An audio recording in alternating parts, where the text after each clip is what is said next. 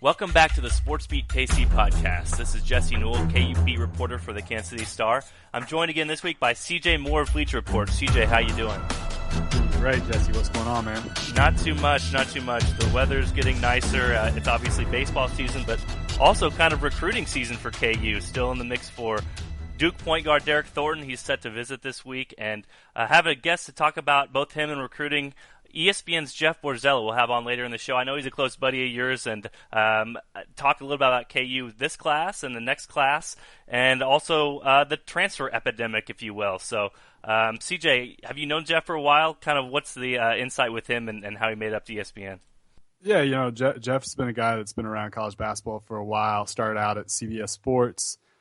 He was kind of a colleague of mine there while I had a brief stint at CBS, and got to know him through basically being out on the recruiting trail and Final Fours. And Jeff's a really good dude. Probably knows the transfer market better than anyone out there, because he's the guy when a player is transferring, either the coach or the AAU coach or the player is reaching out to him and letting him know. He's kind of become the transfer guru and probably knows that topic as well as anyone. And then really is smart as far as talking about recruiting and knows what's going on. And has a good feel for the current situation for Kansas and basically any school nationally. So I think people will be interested to hear what he has to say. Yeah, he has an interesting thought process on Derek Thornton here, where he might attend to. And then I thought he had some great thoughts, too, coming up on Josh Jackson as well and the type of player that KU is going to get with him.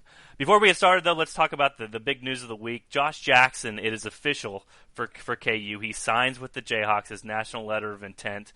No real big drama here. Obviously, he committed a couple weeks ago, but I think he wanted to have his mom come from Michigan to California to be there with him when he signed and kind of have that all together. So he's part of the class now. And CJ, I always find it fascinating, the quotes from Bill Self, because this is when he can first officially talk about Josh Jackson, the recruit, once they sign. And let me just kind of read off the release here. Josh has been a guy so respected in all high school circles the last 4 years. He is probably as highly thought of as any recent player to come out of high school because of his competitive nature. And then he also goes on, Bill Self goes on to talk about, we feel his impact on our program next year will be as much as any freshman will have on any college program. He's extremely athletic, but more importantly, extremely competitive. Do you agree with Self? Do you think Josh Jackson will have as big of an impact at KU as any freshman at any program across the nation next year? Now, Jesse, I'm sure what you're getting to, because I know the game we're about to play is there's usually a little bit of hyperbole in these quotes that come out. But I will say, obviously Josh Jackson is pretty much anybody you talk to is thinks very highly of him. And I've been interested. Last week, I've had the chance to talk to a couple NBA scouts about him for a project I'm doing over at Bleacher Report. And one thing that they say is kind of what Self says is he's about as ready as any of these freshmen coming in to come in and contribute, just because he understands, and this is something that Bill Self's going to love and KU fans are going to love. He understands the effort that it's going to take at that level, and I think he's going to be a kid that comes in and plays really hard. And the kid Josh is probably compared with the most is Duke's Jason Tatum, and when you talk to scouts about those two, they think that maybe Tatum will have the higher ceiling and might be the better NBA player eventually. But right now, Jackson is better just because understanding this is how the effort that I need to play at, and he's really going to come in and people think he's going to have an impact right away. So I think Self's maybe not far off in his assessment. Yeah, and we talked about this earlier. I don't know if it's hyperbole. It might be a little hyperbole, but I think you get this guy, you get him signed in, you have to say the right things in the release. And so It's just everybody's excited. You see the same thing with the NFL draft, where John Gruden says something nice about every player who comes off the board, and so does Mel Kiper. And so we see this from Bill Self in these quotes. So I'm kind of stealing a game from Effectively Wild, which is one of my favorite baseball podcasts, from Ben Lindbergh and Sam Miller, where they pull out the Baseball Prospectus Annual and they read a guy's bio from that, and then the other guy tries to guess who the player is that the person is talking about. So I went back here through history since Bill Self started at KU, and I pulled out some of the quotes from Bill Self from guys when they signed with Kansas, when they officially had. So like this Josh Jackson day, when he officially signed with Kansas, Bill Self had a comment. what were his comments at the time about these certain players. So I threw you one yesterday over email, just kind of as an example of what we're going to do here. Here was the Bill Self quote. "We think he will be an immediate and major contributor for us. I really feel he could be a sleeper that everybody will say, 'Where did you get him?' a couple of years from now, in a similar way they did the Morris twins. He's very young basketball-wise. He's a sponge and wants to learn. I really think he's going to get good fast." So who was Bill Self talking about? And actually, you got this one right. Who was Bill Self talking about for all those people at home? Jamari Traylor. Jamari Traylor, an immediate and major contributor for us, and it could be a sleeper that everybody will say, "Where did you get him?" a couple years from now. So anyway, it's kind of fascinating to hear what Bill Self said at the time about these guys. So I took a random sampling here. I'm just going to kind of scroll up and down, and folks can play along here at home with their podcast. Can you name the KU player that Bill Self is talking about? Let's see if I can start. I don't know if I'm going to start easy or hard. I'm just going to give you one. Here we go. I'm excited about this game. I'm scared, though, that I'm just going to get that first one and I'm not going to get it. Okay, well, here we go. "This is a big day for our basketball program," Self said. "We felt like losing the caliber of players we lost off last year's team, but we really needed to hit a home run from a talent standpoint in the spring signing, and we've done that with this player. He's a point guard that can score. He's a playmaker. He can be a great facilitator and also a great finisher himself. We've been really fortunate to have really good guards here, but certainly he is the most highly recruited guard that we have signed since we have been at Kansas." Who is that player? Well, at first I was thinking this is somebody following the national title team because of what they had then. But the end part with highest point guard, I'm going to have to go with Josh Selby. Josh Selby is correct. I thought you might go on the Sharon Collins route because of the highest recruited point guard, but that is Josh Selby.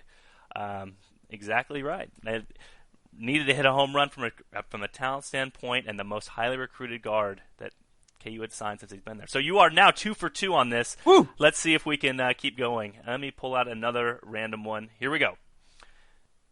"He comes as no major surprise because he's been committed for quite some time. I think he's one of the best guards we have recruited since we've been here. He can score. He's sneaky athletic and can play the 1 and the 2 and will be a great combo guard in our system." Ooh. A little bit tougher. I'm going to go with Mario Chalmers. Mario Chalmers, good guess. That's not correct. You want to go first? Second guess? He comes as no major surprise because he's been committed for quite some time. I think he is one of the best guards we've recruited since we've been here. He can score. He's sneaky athletic and can play the 1 and the 2 and will be a great combo guard in our system. This one's a little bit vague. Yeah. I want to say committed for quite some time is the biggest clue in that one. Yeah, that is a big clue, but he was committed since his sophomore year, if that helps you. Ooh, committed since his sophomore year. I wanted to say Sharon, but I don't think he was committed that long. Nope. Tyrell Reed? You're very close. Connor Frankamp is the correct answer. Frankamp. Wow. Read that quote again. Let's hear that one more time. "He comes as no major surprise because he's been committed for quite some time. I think he's one of the best guards we've recruited since we've been here. He can score, he's sneaky athletic, and can play the 1 and the 2 and will be a great combo guard in our system." Now that just tells you right there. One of the best guards they recruited. To be fair to Connor Frankamp, I think as a high school player he did kill it. And he looked to be pretty good when you watched him against guys that at the high school level. But man, yeah, that now looking back, that definitely seems to be a little hyperbole. Let's go with another one here. This is all right. Here we go. From Bill Self. "He is a young man we recruited longer than anyone else. Ever since we came to Kansas, he has been a target, and we feel very fortunate to get him to come to our program. We feel like we know him and his family very well. We have watched him play so much and have watched his development over time. He is a tall guard who is an excellent defender, and the transition should be easier for him having played in the high school program that he did." Ooh, okay, so he comes from a respected program. It's got to be a guy kind of early on. At first I was thinking Cole Aldridge, but then you said guard. Tall guard. And I want to say Brandon Rush, but you said high school program that's respected. I don't know that Rush was really playing for a it's not Rush, right? Not Rush. He wasn't playing for a high school pro. I wonder. Oh, okay. I think I got this. Micah Downs. Micah Downs is not correct. Oh. A little bit later. That was a good guess, though. A little bit later. Okay. Recruited him longer than anyone else. He has been a target since they came to Kansas. Yeah. So maybe he's a local kid. Think recruit a long time. Travis Relaford. Travis Relaford, correct. Very good. So a second guess, not too bad on that one. Yeah. All right, let's do a couple more of these. I think hopefully people are playing along here at home with this. And notice he's given some love to the high school, which is a local high school. Exactly, playing the game. A lot of these releases, you kind of have to read between the lines because a lot of times, they credit the parent, they credit the high school coach. All these things you have to do in recruiting to build those ties to keep the pipeline coming for future years.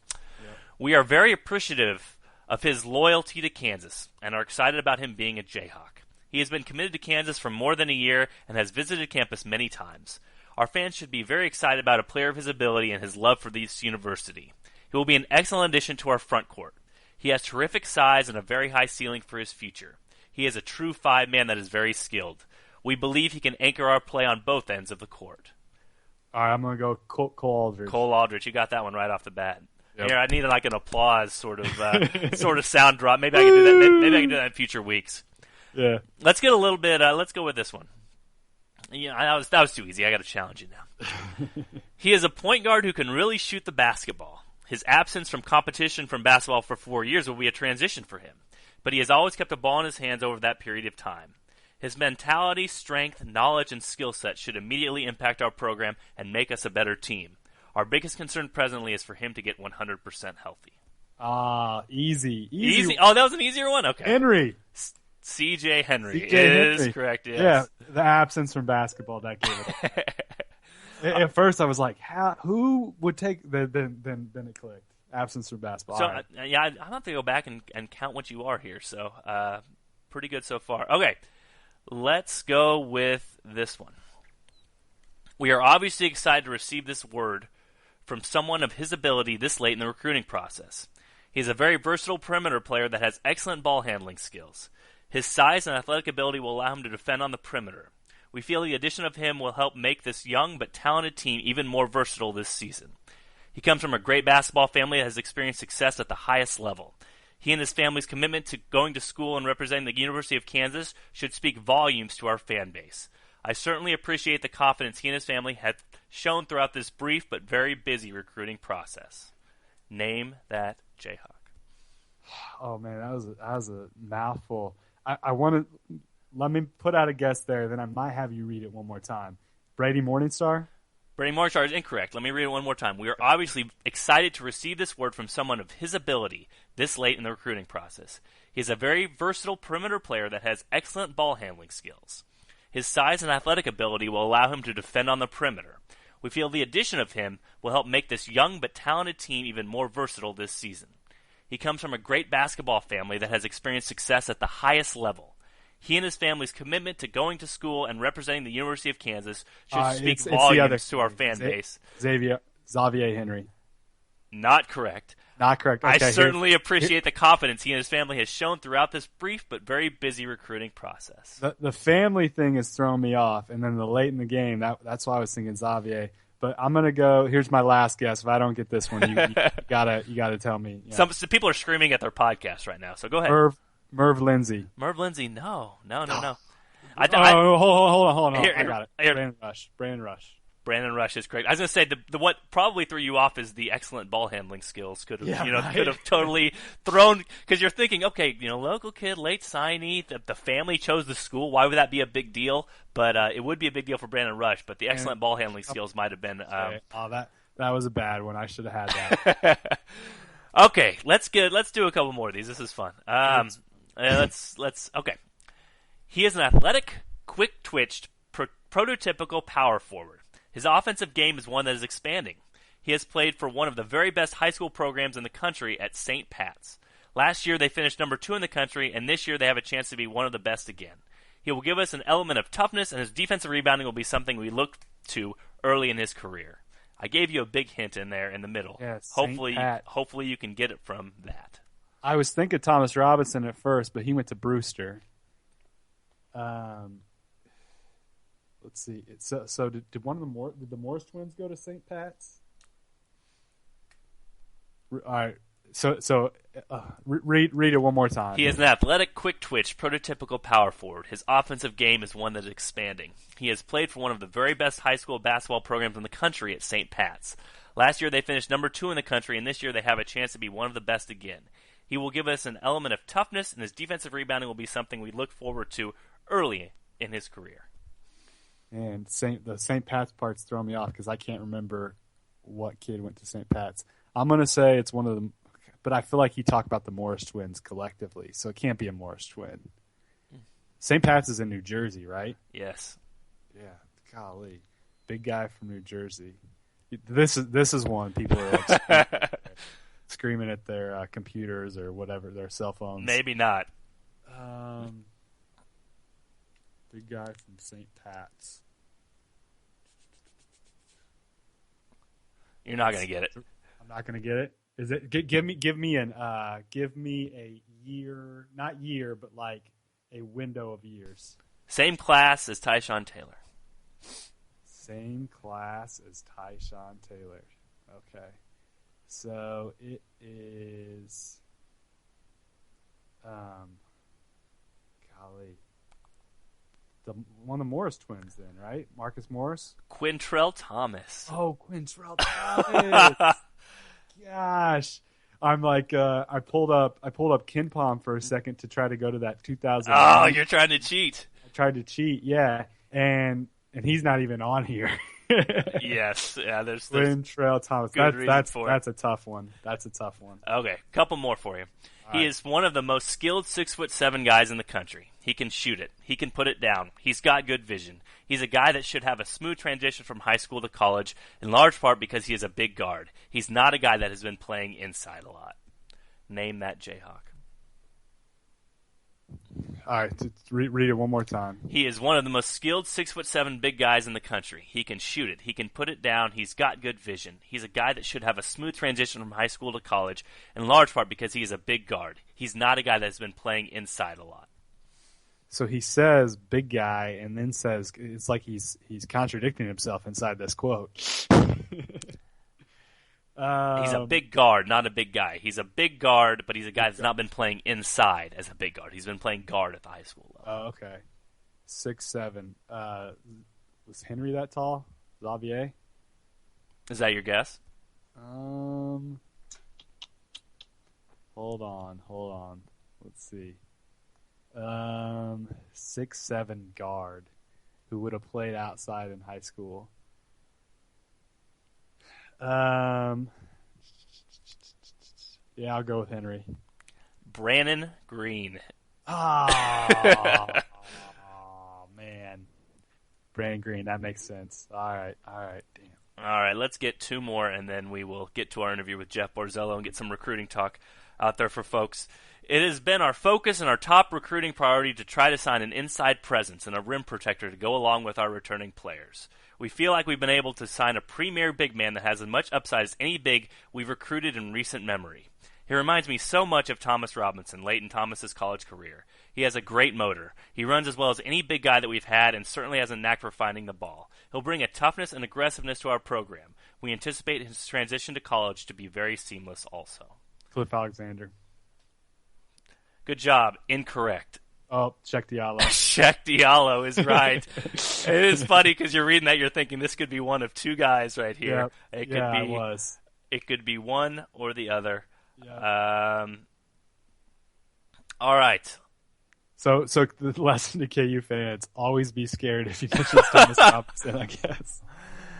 All right, one more. Let's go with. Oh man, there's still so many. We'll have to probably pick this up again next week because there's still so many that have not gone on yet. So many gems. Okay. Right now, he is not a true point guard. He is a scoring, fast, active guard. He can play point, but he is more of a combo than a point. We think his potential is very high, and he has a chance to be a terrific player. Athletically, he will have very few equals. Name that Jayhawk. Frank Mason is incorrect, even though, wow, I'm reading this. That sounds almost exactly like Frank Mason. That sounds like Frank Mason, doesn't it?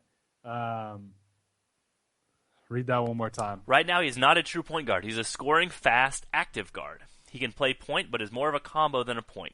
We think his potential is very high, and he has a chance to be a terrific player. Athletically, he will have very few equals. I think the last line is... Sharon Collins? Incorrect. The last line, the athletically, he will have very few okay. equals. I think what is your best hint based on what he did at the McDonald's game and what he could do athletically? Oh, shoot. What he did at the McDonald's game. And he did end up being a true point guard, or a point guard for KU, I should say. What he did at the McDonald's game. Shoot. So it's a real athletic dude. McDonald's game / YouTube, I guess I should go with that. Gosh, like my brain's freezing up now. Let's see. Who won a dunk contest? It was a KU kid. You say he's a combo guard? Combo guard, played point for KU, started at point guard. There were no combos to go with him. It wasn't not Mario Chalmers. Nope. No. I said Sharon. I feel like didn't Sharon do pretty well in a dunk contest? He did, but this is not Sharon. It's not Sharon. And in fact is Elijah Johnson. Elijah Johnson. Very athletic. There you go. Elijah Johnson was McDonald's All-American? He was, correct. I might have to search the old Googles now, but maybe. Yeah, I think he was for sure. Yeah, I don't remember him killing it in the dunk contest. I just remember the between the legs dunk that was like a YouTube sensation. But that makes sense. Elijah Johnson. But maybe he wasn't on McDonald's All-American. I guess. Although that really should have been Frank Mason's. Yeah, it really should have been. I mean, you basically to a T described him in that one. So anyway, fascinating. We'll pick this up another week when it's a little bit slower. But just to let you know, that is the Bill Self quote machine. And again, there are some things that have to be said after these signings to try to get you in good graces with the family, with the player. And you can't come out and basically say, hey, this guy is terrible either. But it is interesting to read those comments, and we make a big deal of those comments, but then also look back in history and say, yeah, some of those were pretty true, and some of those might have been a little bit on the nice side, if you will. All right, Jesse, if we play that game with Bill Self, do you think he scores better than I scored? Since he, quote, said it, I would hope so, but maybe not. I would say he'd probably get about 75% of them right. And, I think he'd probably miss a couple. I mean, it's hard to remember now that they've had, this coaching staff's been here for a while. It's hard to remember all those guys. So he's definitely would have missed some. Yeah, and hit me up on Twitter, too, at Jesse Newell. Let me know how you did on the quiz and how many you got instead of CJ. We can see if you did better than CJ on this quiz. And like I said, might pick it up in a future week. Without further ado, let's get to our interview with Jeff Borzello of ESPN.com, lead recruiting analyst, or one of the lead recruiting analysts for them. Talk to him about KU's signees, Josh Jackson, transfers, everything above. Talking to Jeff Borzello and about KU and the future recruiting classes they could have. Hold on, after a quick break, we'll join Jeff. All right, Jesse and I are now joined by ESPN.com recruiting analyst Jeff Borzello. Jeff, would that be an accurate title, recruiting analyst? Yeah, that's fine. I'll allow that one. Jeff has probably the best hair game in college basketball reporting, and not many people know this, but he can play a little ball. I would call him a poor man's Sharon Collins. Jeff, are you comfortable with that characterization? I was once compared to a right-handed Matt Carlino, and Sharon Collins had a better college career, but I don't know if I love the body type comparison, so I might have to stick with Carlino. We'll go with peak Sharon Collins with that one. Way back in the day. College Sharon Collins. College Sharon Collins. I'll live with. All right. Well, we've got Jeff on because obviously the transferring market is of interest to KU fans right now because Duke point guard or former Duke point guard Derek Thornton is a guy KU's recruiting. Jeff, first of all, what do you think of the player that maybe Derek Thornton will be here in a year or so when he's eligible? Well, coming out of high school, I thought he was, an elite level point guard for that class. I thought he was a 5-star player. Obviously that didn't really translate at Duke, but I think the thing we have to remember is that, he was expected to be the 2016 point guard, and There was even some talk that if he reclassified, which he did, he was going to take a redshirt year. Duke ended up needing him because they didn't really have any other point guards. And so he didn't really get that either final year of high school or, first sort of development year of college. He was sort of thrown right into the fire. And, his minutes were uneven. His role kept changing. So I don't know if he ever really got comfortable at the college level. So I think we're going to see a different Derek Thornton when he's eligible, in around 18 months or so. I still think he's super talented. I think he's good at both ends of the floor. He's quick. His jump shot's not great, but, when you have a year off, that can improve. I think he's a good defender. So I think whichever team gets them, I think they're going to get a guy that is going to be, of the same caliber as a 5-star top 25 point guard they might get in the 2017 class. And, the schools that are involved, kind of take us through what their sales pitch is to Thornton. Well, for a lot of them, Kansas, USC, Washington, Miami, a lot of it is just, you can come in, we need a point guard in the 2017-2018 season, and you can come in, you're going to be playing 30, 35 minutes a game.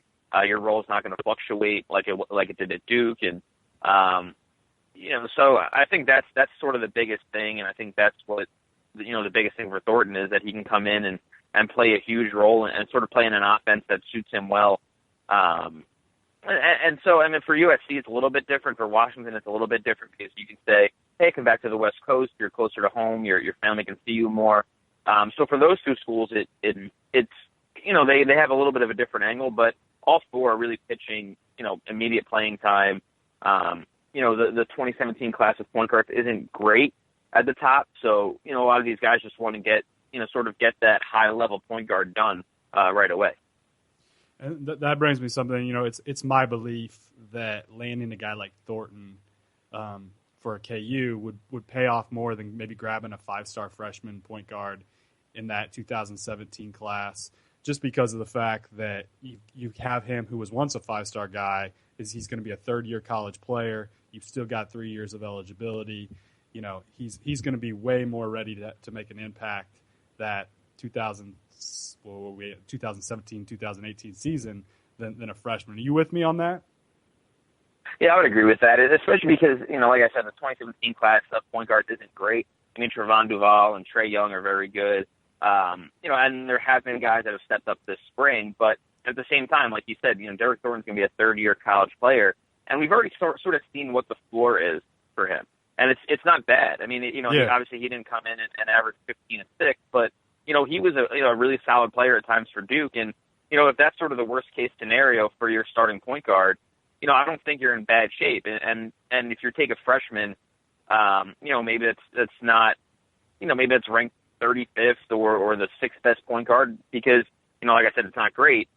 They might not have sort of that freshman. They could struggle like a lot of freshmen do. And Thornton struggled, and he still put forth a pretty good year. And so I just think that with the year off, with the year of development, add some weight, add a jump shot, I just think that the floor is so much higher for him than any freshman you're going to get. Hey, Jeff, we know that he is it's one of 4 schools left for him, and he's kind of taking visits around now. You have any sense of where he might be leaning or where you might have a guess as where he might end up? Well, I think the school in best position would be USC. I thought that, as soon as he transferred, I assumed that, USC would get involved, and they did, and they got the first visit. As soon as he came back home from Duke for the summer, they got him on campus. So, I think that they're in a really good spot. Obviously Kansas and Washington and Miami are going to have their chance to make their pitches, but I think USC is in a good spot. It's a chance to come closer to home, close to LA. Obviously he's going to have a chance to play 35, 40 minutes right off the bat. And I think he just likes sort of the USC system and style, and I just think sort of everything about USC really suits him well. Just as a reminder to Kansas fans, that's at Jeff Borzello that you can aim your hate at. I should have realized the audience and lied and said Kansas was my pick, but. Hey, you're in the getting it right business, Jeff. So I'm happy. Except when I'm wrong, I guess my mentions will be filled up if I'm wrong. But Jeff has probably as good a feel for this as anybody out there because he knows the transfer market. He he is telling you when guys are transferring, when it's happening. He's the man for the transfer. So I respect his opinion on this probably more so than anybody else. It's my hair and transfers are the two things I have going for me. That's good. But listen, if you're going to have two things going for you, I mean, that's probably two pretty good ones, In that Sperry shoot game, and how many pairs of Sperry's do you have to go out on the recruiting circuit this summer? I mean, how many new pairs are you buying? I'm actually trying to vary it up a little bit. Like I'm trying to, get a few Nike, some Vans, some Sperry's, just so I don't look, so it's not so bland. So just switch it up. When I went to Chicago for the McDonald's game and then the Final Four, I was gone for like 6 days. I brought 6 pairs of shoes. So I'm trying to, add some spice into the rotation. That's ridiculous. All right. Continuing with this transfer theme, the frequency of players that are transferring out regularly gets referred to as an epidemic. Do you think that's fair? Is it really an epidemic? I mean, I don't really see it as an epidemic. To me, an epidemic is like super serious and needs like dire, changes. And obviously it's more public now. And I think people, when I tweet out like in the day 5 guys are transferring, and say, oh my God, who's not transferring? But right now we're actually about 200. We're at about 200 fewer names than last year in terms of transfers. I think last year we were up to like 700 something, and now we're at like 525. And obviously it's a lot, but I just think that people are so much more aware of it now that everyone sort of looks at it as a quote unquote epidemic or something that needs drastic changes. But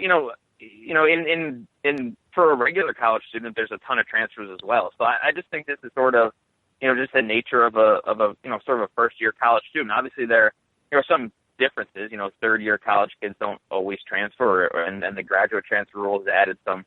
I guess a little more controversy to the transfer market, but I just think it's sort of just the nature of a college student is that if he doesn't like it after a year, whether you're a regular biology major or a college basketball player, there's chances are you're going to transfer.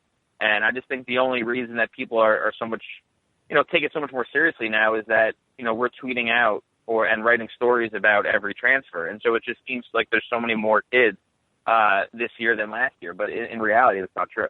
I think the thing that's really made this thing more public is what's happened lately with transfers is that schools like Kansas, you don't normally see in other years the Delaware transfer or the St. John's or whoever, like KU being on their radar when they're deciding to be a graduate transfer but the fact of the matter is a lot of these one and dones, these guys going to school early, Kansas is now getting into the business of trying to pick up these kids from the lower level. So it seems to me like it's become more of a national scale thing because it used to be these guys are transferred from school to school. Now the Kansases, Kentucky's, Dukes, USC's of the world are trying to get in on these guys because they have scholarships to fill. Right. I mean, like you said, like 5 years ago, if the school was made up of, had 4 or 5 transfers, they were sort of looked at as like a renegade school taking these second chance kids and stuff like that. And now, like you said, Duke's doing it, Kansas is doing it, Kentucky's getting transfers. Pretty much everyone is looking for a transfer, whether it's a grad transfer or a guy to sit out.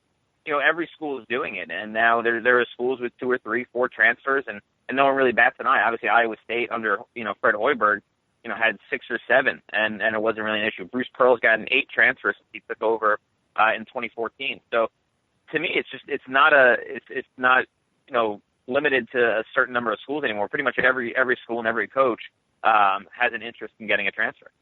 What I think is really funny is Greg McDermott, who Hoiberg takes over for. I don't think he really was bringing in any transfers at that time, and now Creighton is bringing in like all these dudes, and he's almost following the Hoiberg model after the dude who essentially took his job. Yeah, I mean you see Iowa State go to multiple tournaments and win 28 games every year, and teams say, hey, we could do the same thing. And obviously, for some teams it hasn't worked out, but there's like we were talking about with Thornton, just you sort of know the floor for a lot of these guys, and you've seen what they can do at the college level, and sometimes a coach says, okay, well he averaged 14 a game in the CAA, so we're going to get a guy that can at least contribute, as opposed to, hey, we might have to get this, we're not so totally sold on this 4-star prospect, and maybe he could fill a role and play 8 to 10 minutes his freshman year. But, a lot of these guys say, hey, we've seen what this transfer can do. we'd rather take a chance on him. And there's less of a stigma with these guys now too, don't you think? Right. I mean, don't you think at one point there was 100%, yeah. people were hesitant to take those guys? Yeah, and especially, I mean, look at the grad transfers. I mean, these are guys that have, aside from the Ivy League kids, they're guys that have transferred twice now. And, 5-10 years ago, if a team had taken a kid that transferred twice, it would be like the end of the world. It was like, what are you doing? Why are you taking this kid? What's sort of the baggage about him? What are you doing? And now there's, you look at the grad transfer, board, and there's 30, 40, 50, 60 kids that have been multiple transfer guys, and no one really cares about that anymore. So it's the whole stigma about, oh, you're taking a second chance, a third chance kid. That's all gone. Is there any rule that you would change as regard to the transfer? I mean, the grad transfer rule. Is there anything that you would change if I put you in charge of the NCAA tomorrow? Is there anything that you would try to do to help slow this down, or do you? Well, I mean, some coaches will complain about the grad transfer rule, but it makes my job more exciting, so I want to keep it. But also, I mean, to me, if a kid graduates his undergrad, there shouldn't be a rule that holds him back from going to a different school if he has another year of eligibility left. You wouldn't do that to a regular college student. If he got his degree, you wouldn't say, hey, you can't leave. You have to stay for your extra year, even though you already have a degree. And so I don't think it should change. And obviously, mid-major and low-major coaches don't like it because their kids leave. Their kids are more likely to leave than a high-major school. But, I think the rule is fine the way it is. They got rid of I don't know if they completely got rid of the whole waiver for, a sick parent. I think that was abused a little bit more a couple of years ago. And, I think they at least made some adjustments to it because we don't really see it as prevalent now. As it was a few years ago. But that was sort of the only thing I would have changed. I think the grad transfer rule is, it might change, but I think it's sort of generally fine the way it is. And there's really no way to limit, the other 500 transfers. So, I think everything's pretty much fine the way it is. Again, we're talking with Jeff Borzello of ESPN recruiting analyst. Jeff, I can't let you go without getting a little bit more info about these KU recruiting guys, and obviously the person people want to talk about right now is Josh Jackson. And so I wanted your impressions of him just from watching him and being around him. What's your impression of Josh Jackson? What kind of player is KU getting next year? I think he's probably the most college-ready player in the class. I think he's going to be the guy that makes the biggest impact, and I would probably peg him as sort of the early favorite for freshman of the year next year nationally, just because he's somebody that's going to come in and he's going to contribute at both ends of the floor. He's a lockdown defender. He's long. He could score in transition. And to me, the thing that's most impressive about him is that, his competitiveness and his leadership is sort of on a different level than pretty much everyone else in the class. And you can sort of see that in the McDonald's All-American practices and things like that. Even though there were just, sort of scrimmages and things like that, he was getting on teammates, for not getting back on defense and things like that. And he was getting frustrated when, they weren't scoring or they weren't getting stops. He was the guy that was getting annoyed by it. And you don't really see that from a lot of, high school seniors, especially with the caliber of him. You don't really see that competitiveness every game, every night out. And, that translated, into the high school games, the AAU, stuff like that. He just, brought it consistently every game, every night. And you never really saw him take plays off, take halves off, anything like that. And that's crazy with this year's team, especially with Bill Self, not known for its personality. I mean, getting that kind of guy in the fold probably will be a big thing for KU just because they've kind of been looking for the guy to take over. Devontae Graham did a little bit of it at the end of last year, but really they were a team, Perry Ellis didn't have much, gusto, if you will. Frank Mason didn't have that. So it seems like this could be kind of an interesting transition because Josh Jackson coming as a freshman might immediately step into kind of the personality of the team as well. Yeah, you don't really see freshmen, become leaders right away, but, that's just sort of in his nature and his personality. And, he might not be, maybe the most vocal guy on the court, but it's going to be hard to take that competitiveness and that leadership, sort of streak out of him. Real quick, I wanted to get your impression on the other two guys that KU got. Udoka Azubuike hasn't signed yet, but obviously is committed, and then Mitch Lightfoot. Any impression of those two guys? I think, Udoka, it's going to be interesting to see, what he tried. It's going to be interesting to see if he stays within his sort of limits at the college level. I mean, for the past couple of years, he's tried to, expand his offensive game and develop his face-up game and things like that. And it's been, sort of inconsistent. To me, he's at his best when he's, around the rim and rebounding and dunking and things like that. because he's huge. He's powerful body, really strong. When he tries to do things that maybe he's not as comfortable with, it kind of looks awkward a little bit, and that's where he struggles when he's trying to take 13 footers and they're clanking off the back rim or falling short. It's just, to me, he's got to stay in the paint. Just focus on rebounding, defending, finishing at the rim. To me, that's where he's at his best. And Mitch Lightfoot, to me, he played a lot more inside in college, and he's only about 6'7" He's going to be a guy that's going to come in. He's tough. He's a little more skilled than Udoka, which is going to help. But to me, both these guys are going to provide depth right off the bat. I don't see either of them starting 25 games as a freshman, but I think both of them are going to give them some good minutes, as the year progresses. And real quick, just looking ahead, because obviously that's recruiting. Always looking ahead, always keeping an eye to the future. 2017 and beyond with Kansas. Any, irons in the fire? What do you see for KU moving forward with the recruiting classes? Well, the biggest storyline with Kansas is their pursuit of DeAndre Ayton. And Ayton is the number one kid in 2017. He's sort of made some headlines in recent weeks. He came out and said multiple times that Kansas was the only school recruiting him. And, I'm not sure how true that is, because he's also mentioned in the past month that, Arizona and UCLA have shown interest in Kentucky. It can't be true, right? I mean, it can't be. Yeah, I don't totally buy it. Just because, he said that Kentucky's been, quote unquote, mediocre with their interest, which, whether they're that interested or not, they're showing some level of interest. And as the number one kid, you're going to have a lot of schools on you. So I don't think that Kansas is really the only school in the mix for him, but there are a lot of questions surrounding him.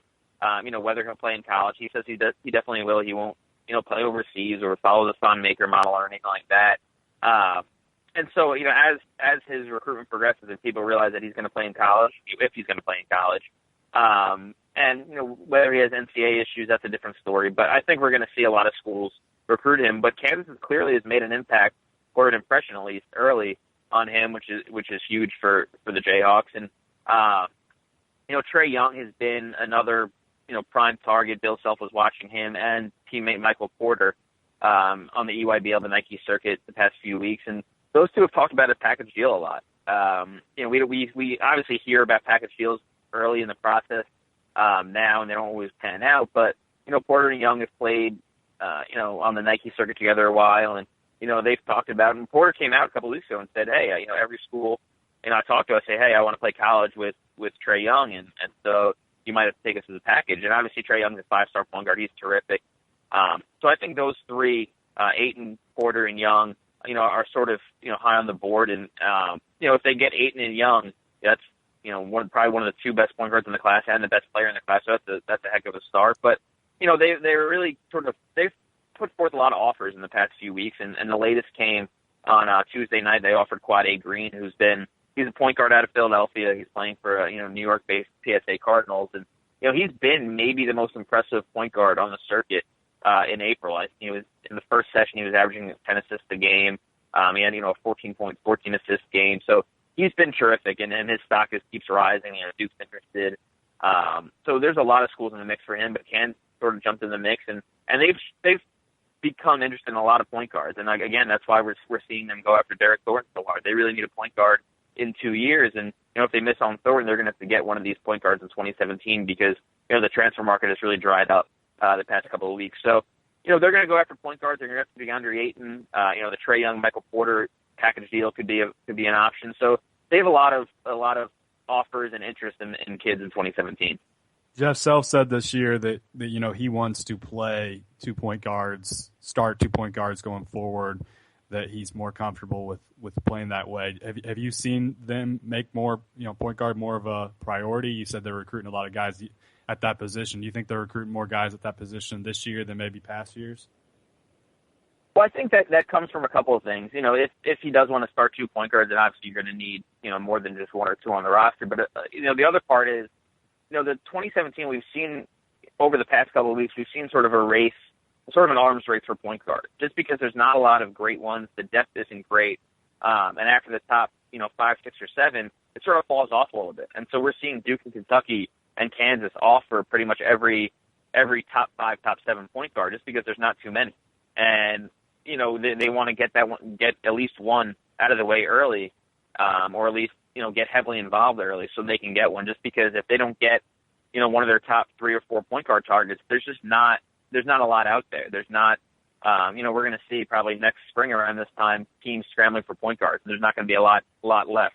So, we're seeing the big powerhouse schools really have a race for point guards in 2017. Cool. Last thing I want to ask you, and then we'll get you out of here. Going back to the transfers thing, Brian Snow tweeted out something interesting I thought the other day. He said, if you really want to get rid of the transfer epidemic, again, he put that in quotes because I think he also believes it's not an epidemic, but get rid of the spring signing period. It's when a majority of mistakes are made. You look to KU, and, I think a couple of their guys in recent past, Merv Lindsay, Rio Adams, those were spring guys who were just kind of like, oh, crap, we still have a scholarship. We better go nab somebody. Do you think that happens a lot, and do you think that is part of the quote-unquote problem?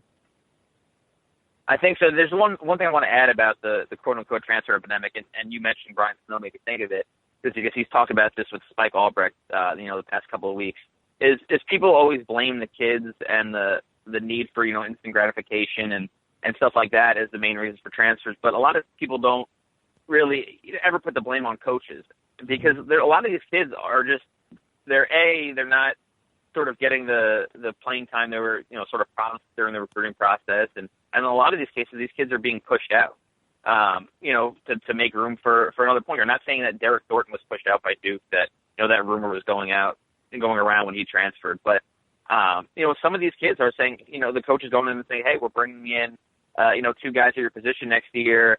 They're probably going to be playing 20, 25 minutes each. You're only going to be getting 3 or 5 minutes next year. And so, the kid can read between the lines and say, okay, well, I guess I might as well leave. And so, in a lot of these cases, people don't realize the role that coaches play in it. But, back to the spring signing period, it's going to be hard to get rid of it just because the early signing period is kind of 6 months ago, and kids need a spot to sign their letter of intent. But there are the fact with the spring signing period is that coaches get so desperate, and kids that weren't being recruited at the high major level or weren't being recruited at, the Kansas level, those schools sort of look around and say, oh, I need a shooting guard for next year. And if they can't get a transfer, they're looking at the high school market. And obviously aside from the Jared Allens and Marcus Boldens and guys like that, there's not a ton of 2016 kids still around. And so you're seeing kids that maybe decommitted from a mid-major school and suddenly high major schools are getting in the mix. And, in a lot of these cases, in most of these cases, these kids, where they committed first, that's sort of indicative of the level they're at.